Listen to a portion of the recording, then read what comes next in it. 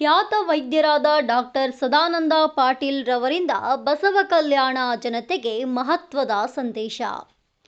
ಬೀದರ್ ಜಿಲ್ಲೆಯ ಬಸವ ಕಲ್ಯಾಣ ತಾಲೂಕಿನಲ್ಲಿ ದಿನೇ ದಿನೇ ಸಾವಿನ ಸಂಖ್ಯೆ ಹೆಚ್ಚಾಗುತ್ತಿರುವುದರಿಂದ ಬಸವ ಕಲ್ಯಾಣದ ಪಾಟೀಲ ಆಸ್ಪತ್ರೆಯ ಖ್ಯಾತ ವೈದ್ಯರಾದ ಡಾಕ್ಟರ್ ಸದಾನಂದ ಪಾಟೀಲ್ ರವರು ಇಂದು ಮಾಧ್ಯಮದ ಮುಖಾಂತರ ಜನರಿಗೆ ಮಹತ್ವದ ಸಂದೇಶ ಸಾರಿರುತ್ತಾರೆ. ದಿನೇ ದಿನೇ ಹೆಚ್ಚಾಗುತ್ತಿರುವ ಹೃದಯಾಘಾತ, ನ್ಯೂಮೋನಿಯಾ, ಮಲೇರಿಯಾ, ಕಾಮಾಲೆ, ಕಿಡ್ನಿ, ಲಿವರ್ ಹಾಗೂ ಸಕ್ಕರೆ ಕಾಯಿಲೆ ಇಂತಹ ಅನೇಕ ಕಾಯಿಲೆಗಳಿಂದ ಜನರು ಸಾವನ್ನಪ್ಪುತ್ತಿದ್ದಾರೆ.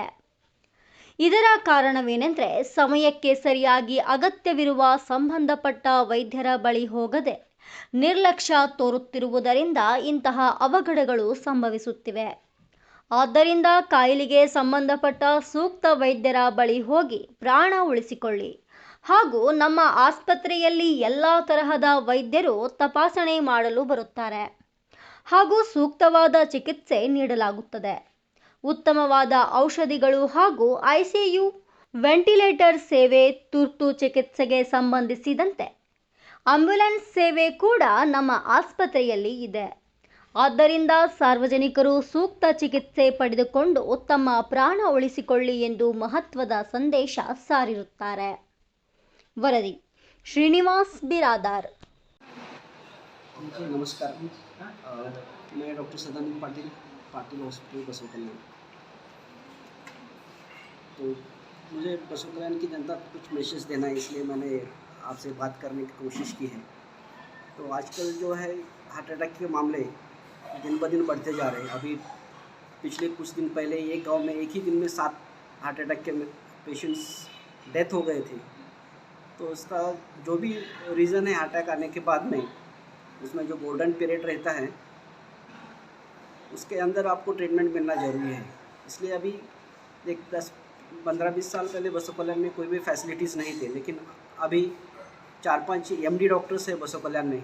लेकिन वो डॉक्टर्स तक पहुंचना बहुत ज़रूरी है, क्योंकि पहले 1 घंटे के अंदर अगर ट्रीटमेंट हुआ तो बहुत अच्छा रहता है, लेकिन मैक्सिमम जितना जल्दी आप पहुंचेंगे उतना जल्दी आपका हार्ट बच जाएगा, क्योंकि बाद में लेट ट्रीटमेंट करके भी कुछ फ़ायदा नहीं है। इसमें क्या हो रहा है, अभी कुछ लोगों को अभी नॉलेज नहीं रहने की वजह से जो हार्ट के स्पेशलिस्ट नहीं हैं उनके पास जाके वो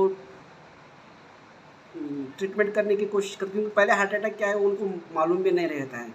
तो चेस्ट में आपको किधर भी पेन हो, चेस्ट में हो, बैक में हो, हाथों में पेन हो, नाक से लेके आपके पेट तक कहीं भी अगर पेट दर्द होता है तो पहले MD डॉक्टर के पास जाके एक ECG करना बहुत ज़रूरी है, क्योंकि बाकी जगह जाएंगे तो फिर आपको वो रिकॉग्निशन जल्दी मिलेगा नहीं मिलेगा पता नहीं है वो।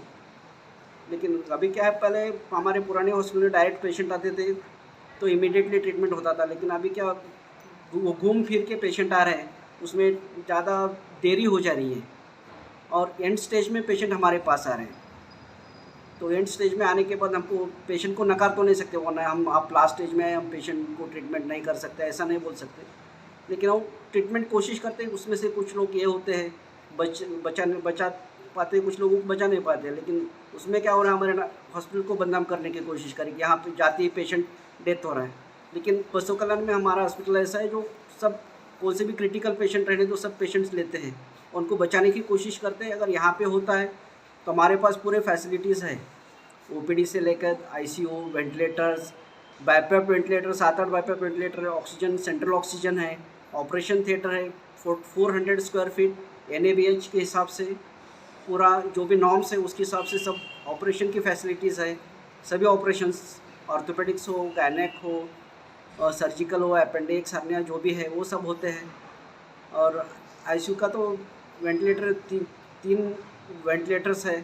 तो आज तक बहुत सारे पेशेंट ठीक होकर गए हैं, अभी भी पेशेंट्स एडमिट है वेंटिलेटर से। अभी 75 साल की औरत थी, उसको 4-5 दिन से बुखार था, बुखार चेस्ट में जाके निमोनिया हो गया बायलैटरल, वो 4-5 दिन वेंटिलेटर पे थी, अभी अच्छी है। तो ये ऐसे फैसिलिटीज़ यहाँ पे है, तो लोगों ने उसका फ़ायदा लेना चाहिए, इसलिए वो मैसेज मैं देना चाहता हूँ। लेकिन कुछ लोग गुमराह करने की कोशिश कर रहे हैं, उससे गुमराह ना होके आप फैसिलिटीज़ का फ़ायदा ले लीजिए। और लास्ट स्टेज में आने से बजाय आप पहले आते तो हम ज़्यादा उनको सहूलत दे सकते, ज़्यादा ट्रीटमेंट कर सकते हैं। सर बाहर ऐसा चल रहा है, अफवाह चल रहा है कि पाटिल हॉस्पिटल में बिल ज़्यादा होता है, बिल ज़्यादा करते हैं उन्होंने, ऐसा अफवाह चल रहा है सर बाहर। नहीं, देखो ये तो सोची समझी साजिश है, कुछ लोग अपने फ़ायदे के लिए ऐसा बता रहे हैं। अभी हमारी फ़ीस 150 है, 150 रुपये फ़ीस है। तो अब हाल के में वही एमडी डॉक्टर की कंसल्टेशन फ़ीस 300 है। तो कौन सा महंगा है, 150 रुपये महंगा है या 300 रुपये महंगा है? हम ECG 200 रुपये में करते, इधर ही बसव कल्याण में कुछ लोग 250 रुपये 300 रुपये ले रहे हैं ECG के लिए। तो 150 रुपये महंगा है, 200 रुपये महंगा है या 300 रुपये महंगा है? आप ही सोचिए। हार्ट स्पेशलिस्ट वगैरह आप कितने जने हैं सर बसव कल्याण में? बसव कल्याण में जो कोई MD जो भी डॉक्टर है वो हार्ट के सब पेशेंट्स देख सकते हैं। तो मैं हूँ, पृथ्वीराज सर है, व्योम हॉस्पिटल के सर है, मंगने सर है, और तो हम सब। सर हार्ट पेन होते टाइम में कितने टाइम के अंदर आपके पास आना चाहिए सर पेशेंट? जितना जल्दी हो सके, विदिन मिनट्स आना चाहिए। आपको हार्ट पेन होते ही इमिडिएटली डॉक्टर के पास जाके ECG पहले करके उसका, अगर ECG के हिसाब से, फिर कभी कभी क्या होता है ECG शुरू में करे तो फर्स्ट ECG नॉर्मल आ सकता है। तो पेशेंट का क्लिनिकल प्रोफाइल देख के, पेशेंट को कैसा पेन है, कहाँ पे हो रहा है, कौन से प्रकार का पेन है, वो सब देख के जो स्पेशलिस्ट है वो देख के उनको बता सकते हो आपको ऑब्जर्वेशन की ज़रूरत है, बाद में रिपीट ECG करना पड़ता है, कुछ इको करना है या ब्लड टेस्ट करके देखना है। तो डॉक्टर के गाइडेंस के हिसाब से करना चाहिए। लेकिन सबसे इम्पोर्टेंट है कि आप पहले चेस्ट पेन होते ही आप पहले हॉस्पिटल आ जाइए, हॉस्पिटल आके ECG पहले करिए, कंसल्ट कर लीजिए, वो इम्पोर्टेंट है। बाकी का गाइडेंस तो आपको मिलेगा बाद में, आने के बाद में। बाहर के कई डॉक्टर भी पेशेंट लोगों को बोल रहे हैं कि पाटिल हॉस्पिटल को मत जाइए, उधर बिल ज़्यादा है, हमारे पास आइए, नहीं तो गुलबर्गा जाइए, ऐसा बोल रहे हैं, बोल के सुनने में आ रहा है सर। नहीं, मैंने भी ऐसा सुना था, लेकिन जो फैसिलिटी इधर ही है, गुलबर्गा जाने की क्या ज़रूरत है? हमारे अभी देखो, हमारे पास भी एम्बुलेंस है, कार्डियक एम्बुलेंस है। अगर ज़रूरत पड़े तो हम यहाँ पे, अगर हो सकता है तो ही रख लेते हैं, अगर नहीं होता है तो एम्बुलेंस में डाल के हम पेशेंट को शिफ्ट कर देते हैं। ऐसा कंपलसरी रख के पेशेंट बैड करके बाद में रेफ़र करने का हमारे पास वो नहीं है। बिल आप देखिए गुलबर्गा में कितना बिल होता है। हमारे पास एक दिन का ICU का 5000 बिल है, गुलबर्गा में गए तो आपको 35,000 40,000 का बिल होता है एक दिन का। ये तो सबको पता है। फिर पाटिल हॉस्पिटल महंगा और गुलबर्गा सस्ता कैसे हो गया? तो अब आगे फैसिलिटी आप क्या क्या रखना चाहते हैं सर हॉस्पिटल में आपकी? अभी ये तो सब हॉस्पिटल बेसिक फैसिलिटी तो पूरा है। अभी आगे CT स्कैन, डायलिसिस और कार्डियक कैथ लैब का भी प्लान है हमारे पास। तो पेशेंट को, हमारी कोशिश ये है कि यहाँ से पेशेंट को, मिनिमम पेशेंट बाहर जाना, ज़्यादा से ज़्यादा बसव कल्याण के लोगों को बसव कल्याण में ही ट्रीटमेंट मिलना, ये हमारी पहले दिन से कोशिश है। इसलिए हम 24 आवर्स सर्विस देते हैं, घर ऊपर ही किया है, इसलिए 24/7 कभी भी अवेलेबल रहते हैं। विदिन मिनट्स हम पेशेंट को अटेंड करते हैं। बाहर के डॉक्टर्स वगैरह कोई विजिट करते हैं सर आपके बाहर के हॉस्पिटल? बहुत सारे डॉक्टर्स हैं। Heart specialist doctor Nitin Gudiye sir आते हैं वीकली, श्रीकांत रेड्डी सर जो अपने नारायणपुर के हैं वो संडे आते हैं। इको, TMT सब कार्डियक चेकअप करते हैं। डॉक्टर नूर सर अपने यहाँ के ही है, जो भी यूरिन के प्रॉब्लम्स है, किडनी स्टोन या फिर जो भी kidney related, urine related problems है, सर देखते हैं और यहाँ पे ऑपरेशन भी करते हैं। और बाकी ऑर्थोपेडिक सर्जन सब ऑन कॉल है। जब भी पेशेंट एडमिट होती है आके देखते हैं, जो ट्रीटमेंट उनको चाहिए वो एडवाइस करके उनके हिसाब से ट्रीटमेंट कर देते हैं। अभी आपके पास कोई ऐसा पेशेंट है सर, कोई ऐसा सीरियस हो क्या ऐसा आपके पास, ऐसा ठीक हो, ऐसा पेशेंट है क्या सर अभी आपको? नहीं, अभी है ना, एक 75 साल की लेडीज़ है जो आनंदवाड़ी से है, बस जो भालकी के पास है आनंदवाड़ी, वहाँ से फिर उनके हुजूर में आए थे। 4-5 दिन बुखार था उनको। हुजूर में आने के बाद BP बहुत लो गया था, 70 सिस्टोलिक की। नॉर्मल BP जो है 90-100 के ऊपर चाहिए, वो 70 ही हुआ था उनका BP। तो वो हुजूर से यहाँ पे रेफ़र किए। आए तब पेशेंट को सांस लेने में दिक्कत थी, दोनों साइड पे निमोनिया था, लंग्स में पूरा किडनी फेल हो गए थे। उनका सेप्सिस इतना बढ़ गया था कि बार बार उनका शुगर डाउन हो रहा था। तो इस पेशेंट को एडमिट करके पहले बाईपैप मशीन छोटे वेंटिलेटर पे रखे, लेकिन वो कंट्रोल नहीं हुआ, इसलिए बड़े वेंटिलेटर पे रखे। 4-5 दिन वेंटिलेटर पे रहने के बाद आज पेशेंट अच्छी तरह से बात कर रहे हैं। ऑक्सीजन भी मिनिमम अभी 1-2 लीटर ऑक्सीजन पे मेंटेन कर रहे हैं उन्होंने। अभी तो पेशेंट उसका ठीक है शुगर सर? भी नॉर्मल हो गया है, किडनी पूरा जो क्रिएटिनिन 4 साढ़े 4 हो गया था वो अभी 1.08 है जो नॉर्मल है। हाँ तो किडनी रिकवर हो गया, उनका लंग्स रिकवर हो गए, शुगर नॉर्मल हो गया, बीपी नॉर्मल हो गया। तो ये कॉर्पोरेट लेवल की ट्रीटमेंट ये, इसके लिए आप अगर गुलबर्गा वगैरह जाते तो वो अपने लोगों को परवड़ता नहीं उतना हाई-फाई हॉस्पिटल्स में जाके, कॉर्पोरेट हॉस्पिटल में जाके। तो ये फैसिलिटी है, इसका फ़ायदा ले लीजिए। तो आखिरी में लास्ट में आप बसव कल्याण जनता को क्या बोलना चाहते हैं सर? बसवगंज जनता को ये बात करना चाहता हूँ, आप आपकी बीमारी के लिए स्पेशलिस्ट चुने, आपकी जो भी डॉक्टर्स जो बीमारी है उसके हिसाब से चुनिए, क्योंकि आपका अगर टायर पंक्चर हुआ तो इंजन खोल के मतलब नहीं है। तो जो ये है आपको अगर चेस्ट पेन है तो एमडी डॉक्टर के पास ही जाना चाहिए, आपको डिलीवर करना है तो गायनेकोलॉजिस्ट के पास जाना चाहिए।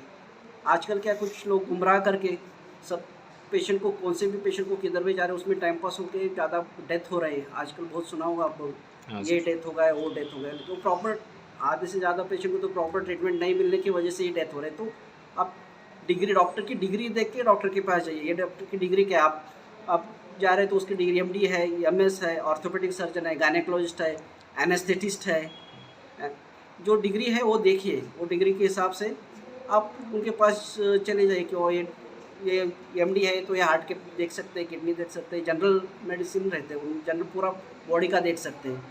और सर्जन है तो आपका अपेंडिक्स का ऑपरेशन करने का है, उनके पास जाते हैं। अब फ्रैक्चर है तो हड्डी के डॉक्टर के पास, ऑर्थोपेडिक सर्जन के पास जा सकते हैं।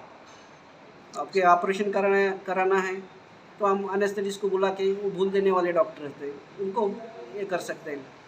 सर अभी ज़्यादा से ज़्यादा टीन एज वाले लड़कों को ऐसा हार्ट ज़्यादा हो रहा है सर, उसका कारण क्या है सर? तो लाइफस्टाइल चेंज, बेसिकली जो लाइफस्टाइल है वो बहुत हेक्टिक हो गया, स्ट्रेसफुल लाइफस्टाइल, खाने में चेंजेस हो गए उनके, एडिक्शंस बढ़ गए, स्मोकिंग, टोबैको, स्ट्रेस ज़्यादा हो गया, और सबसे इम्पोर्टेंट नींद पूरी कम हो गई। मोबाइल एडिक्शन बहुत बढ़ गया है, और नींद नहीं होने की वजह से बॉडी में बहुत सारी चेंजेस आ जाते हैं। स्ट्रेस बहुत बढ़ता है, स्ट्रेस हार्मोन्स बढ़ते हैं बॉडी में। तो ये सब मिला के, और सोशल सपोर्ट भी नहीं रहा है लोगों को। हाँ सर। पहले क्या रहता, 4 लोग साथ में बैठते थे, एक दूसरे का बातें करते, स्ट्रेस लेवल कम हो जाता था। तो अभी क्या है, एक अकेलापन बढ़ गया है। और दूसरा एक रीज़न बोले तो अभी कोविड आके गया, तो कोविड की वजह से भी क्लॉटिंग जो हाँ है बॉडी में, क्लॉटिंग रिस्क बढ़ती है। हाँ सर। तो क्लॉटिंग रिस्क जो कोविड का है उसके साथ में लाइफ टाइम इनकॉर्पोरेट करेंगे तो साथ में रिस्क ज़्यादा बढ़ रहा है। और लैक ऑफ एक्सरसाइज की बहुत कमी है। हाँ सर। हम वॉकिंग को एक्सरसाइज समझते हैं, वॉकिंग भी कुछ लोग नहीं करते, जिनके 1000-2000 स्टेप्स भी नहीं चलते हैं। तो वॉकिंग तो पहले तो ऐसे ही चलते थे, वॉकिंग रोज़ 7-8-10 हज़ार स्टेप्स तो ऐसे ही नॉर्मल हो जाता था। लेकिन अभी वॉकिंग कोई एक्सरसाइज समझ रहे लोग। वॉकिंग सिर्फ एक्सरसाइज नहीं, वॉकिंग के साथ में एक्सरसाइज चाहिए। वॉकिंग तो बेसिक नीड है। हाँ सर।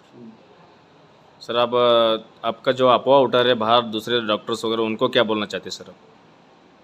नहीं, दूसरे डॉक्टर्स को तो मैं कुछ बोल नहीं सकता, कौन क्या बोलना है उनके इसमें है। लेकिन लोगों को समझना चाहिए, लोगों को समझ के हमारे को विश्वास रखिए। हम 15 साल से सर्विस दे रहे हैं, डे नाइट सर्विस है 24 आवर्स।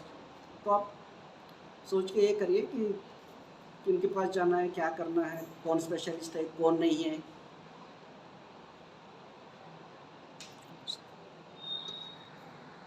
ಅವ್ರು ತಂತಾರಲ್ಲ ನಾವು ಬೊಂಬೈಗೆ ಇರ್ತಿದ್ದೆವು ಅಷ್ಟೇ. ಏನಾಗಿದೆ ನಮ್ಮ ಪೇಷಂಟಿಗೆ? ಊರಿಗೆ ಬಂದಿರಿ 4 ದಿನ. ಹಾಂ ರೀ. ಅದ್ರ ಬಾದ ಬಾಲ್ಕಿಗೆ ಒಯ್ದಿರಿ. ಹಾಂ ರೀ. ಮತ್ತು ತೋರ್ಸೂರಲ್ಲೂ ಕಮ್ಮಗಳನ್ನ ಹುಲ್ಸರು ಬಂದ್ರಿ 4 ದಿನ ಬಾದ. ಹಾಂ. ಅದ್ರ ಬಾದ ಏನಾಯ್ತ್ರಿ, ಇದು ಸ್ವಾಮಿ ಅಲ್ಲಿ ದವಾಖಾನೆ ಇತ್ರಿ, ಅಲ್ಲಿ 4 ದಿನ ಟ್ರೀಟ್ಮೆಂಟ್ ಚಾಲು ಮಾಡ್ರಿ. ಹಾಂ. 3 ದಿನ. ಅದ್ರ ಬಾದ ಅವರು ಸರ್ ಏನಂದ್ರು, ಅವ್ರಿಗೆ ಹೆಚ್ಚಿಗೆ ಅವು ಏನೋ ಇದು ಕಮ್ಮು ಅಂತ ಅದ್ರ ಬಾದ ಇಲ್ಲಿ ಇದು ಮಾಡಿಕೊಟ್ಟಾರೆ ಅವರು ಈ ಕಡೆ ಹೇಳ್ಕೊಟ್ರಿ. ಮೊದಲೆಲ್ಲಿ ತೋರಿಸಿರಿ ನೀವು? ಇದು ಸ್ವಾಮಿ ರೀ. ಎಲ್ರಿ ಯಾವ ಸ್ವಾಮಿ? ಹುಲ್ಸರು ಸ್ವಾಮಿ. ಹಾಂ, ಹುಲ್ಸರು ತೋರಿಸಿ. ಅಲ್ಲಿ 3 ದಿನ ಟ್ರೀಟ್ಮೆಂಟ್ ಚಾಲು ಮಾಡ್ರಿ. ಹಾಂ ರೀ. ಅದ್ರ ಬಾದ ಅವ್ರು ಅಂದ್ರು ಎಲ್ಲ ಚಲೋ ಅದ. ಅವ್ರಿಗೆ ಇದು ಏನಂತಾರೆ ಟೈಫಾಯ್ಡ್ ಆಗಿತ್ತು. ಹಾಂ. ಆಮೇಲೆ ಏನಂತಾರೆ ಡೆಂಗು ಆಗಿತ್ತು. ಹಾಂ. ಅದ್ರ ಬಾದ ಏನೋ ಕಣಿ ಅಂತಾರೆ ಅವು ಕಮ್ಮಿ ಆಗ್ಯಾವ. ಅಲ್ಲಿ ಹೋರಿ ಆ ಡಾಕ್ಟರ್ ಸಾಹೇಬ್ ಅಲ್ಲಿ ಹಾಂ. ಅದು ಕಮ್ಮಿ ಆಯ್ತು. ಈಗ ಯಾವ ಹಾಸ್ಪಿಟಲ್ಗೆ ಬಂದಿರಿ ನೀವು ಇಲ್ಲಿ? ನಾವು ಈಗ ಇದು ಪಾಟೀಲ್ ಹಾಸ್ಪಿಟಲ್, ಹಾಂ. ಸದಾನಂದ ಪಾಟೀಲ್. ಹಾಂ. ಈಗ ಹೆಂಗದ ರೀ ಪೇಷಂಟಿಗೆ? ಈಗ ಚಲೋ ಅದ. ಮಾತದು ಅಳತ್ತಾರ ಈಗ? ಹಾಂ ರೀ ಮಾತಾ. ಹೆಂಗದ ರೀ ಅವ? ಆರಾಮದ ರೀ ನಿಮ್ಗೆ? ಹಾಂ. ಇಷ್ಟೇ ಉಳ್ಳಾಗ್ತಿದ ಹೋಗಲ್ಲ ಹಾಂ ಬೊಕ್ಕ ಸೀರಿಯಸ್ ಇದ್ರಿ ಹಾಂ ಇಲ್ಲಿ ಬರೋಣ ಎಲ್ಲ ಆರಾಮಾಗಿದೆ ಹಾಂ ರೀ ಎಲ್ಲ ಆರಾಮ